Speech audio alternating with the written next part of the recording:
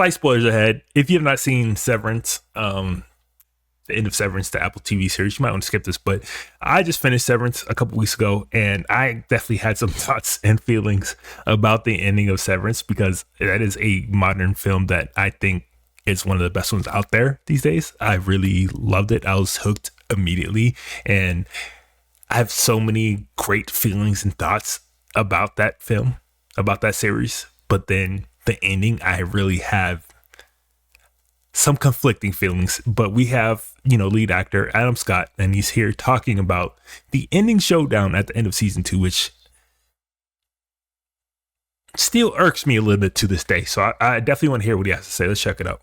Again, slight spoilers ahead. If you have not seen Severance season 2 and you plan on doing that, you might want to skip this part.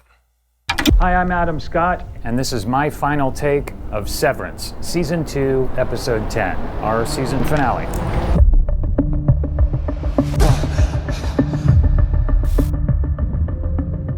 The finale was my favorite episode we've done because it just covers so much ground and was so much fun to shoot. It just barrels forward and has so many different layers to it, but also just these incredible set pieces, just one after the other. The cast is unbelievable. When you're doing a scene with Tramell or John or Britt, you know that the other side of the scene is going to be expertly done, and you can just react off of that person. Well, now I had to sort of come up with both sides of it.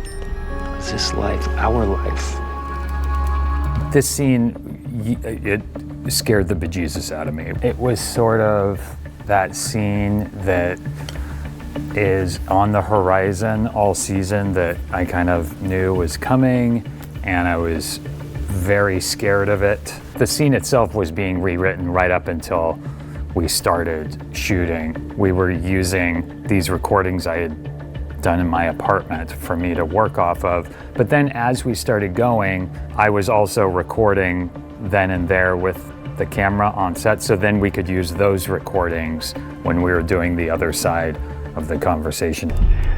I mean, again, if you're not seeing Severance, you need to go watch right now. But season 2, just off top, the overall concept of Severance, of being able to kind of shut off a portion of your consciousness while you go to work, and then there's a whole nother consciousness that gets born of it, and those two things are two very different but same people. Like, that concept alone was so fucking genius. And then I come to find out it's also for Ben Stiller's, also like made me want to watch it even more. But like, that concept alone, that hook was immediate. Like, just needed to see where this was heading, because you just know it's like the perfect setup for like so many wild fucking things do happen from it. And they do happen in this show. There's a lot of wild, weird, obscure shit that happens in the show, which I love, because I love the more weird, wacky, obscure, mysterious, alternative kind of like filmmaking and stories and like everything that goes in this.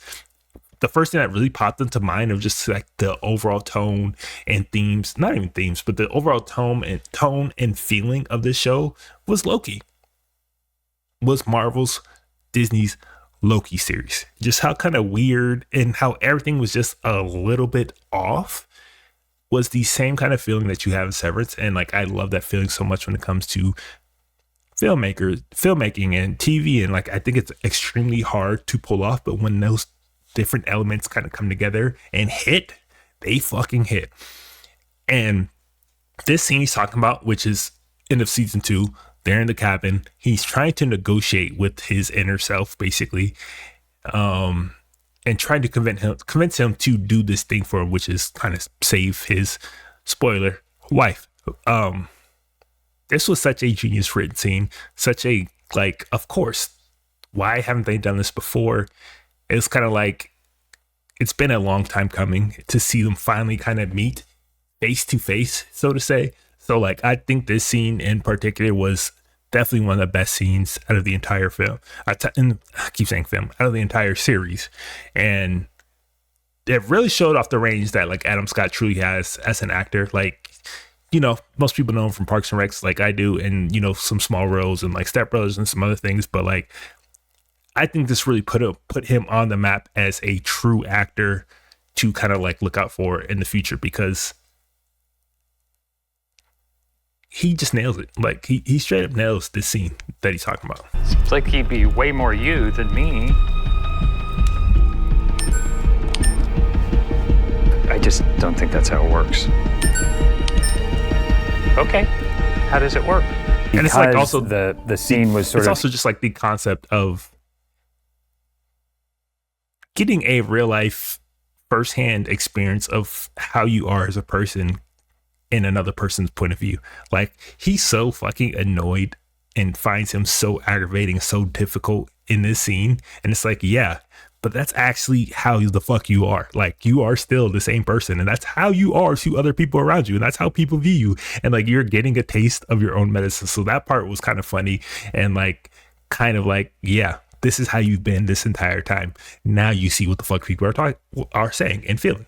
Hinging on this subtle thing and these really kind of delicate emotional landmines that were out in front of us. It was important that I try and just back off of trying to figure out whether it's good or not, or working or not, and just put all of that on Ben's plate. Was there ever a point where I felt like I nailed it or really like hit the... And Ben Stiller like directing this weirdly dramatic, offbeat thriller drama was not on my cards for, you know, the next part of his career. But damn, did he fucking nail the idea. Damn, they nailed the concept. Damn, they nailed the look and feel of everything. Like he fucking nailed everything about this show. And like, if this is how he is as a director, and like give him more original things outside of comedy, because this shit was fire. The bullseye? No, absolutely not. Whether or not it's going to work, you don't know.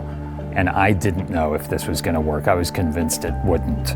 And when Ben had a cut of the finale of 210, I put off watching it for way too long. I was just afraid to watch it. I really was. Is it like a top-bottom situation? I'm honestly trying to understand. It's one of those scenes you hope for, that you would get a chance to do something like this at some point, of course. It was really challenging.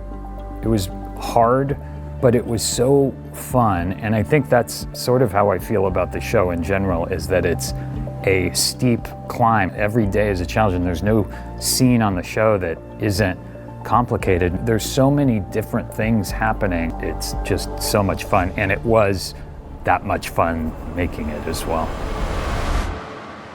Yeah, I mean, again, I have so many feelings about this season ending episode of Severance and how things were left and not left. And I thought they were going to talk about that specific moment, but they didn't. They talked about him finally confronting himself and like having a kind of dueling back and forth conversation, and like having two sides of yourself that want two different things and trying to kind of reconcile that. I think it really taps into the overall moral, ethical, high concept themes and driving points of the series as a whole. Like I believe most people in general, like most people in their life, I said like, man, I wish I could just turn my brain off while I'm at work, or turn myself off while I do this thing or do that thing, or like I wish I could just go in autopilot mode with my kids or whatever. Like, yeah, that sounds good on surface, on paper, that sounds like a great idea, but then like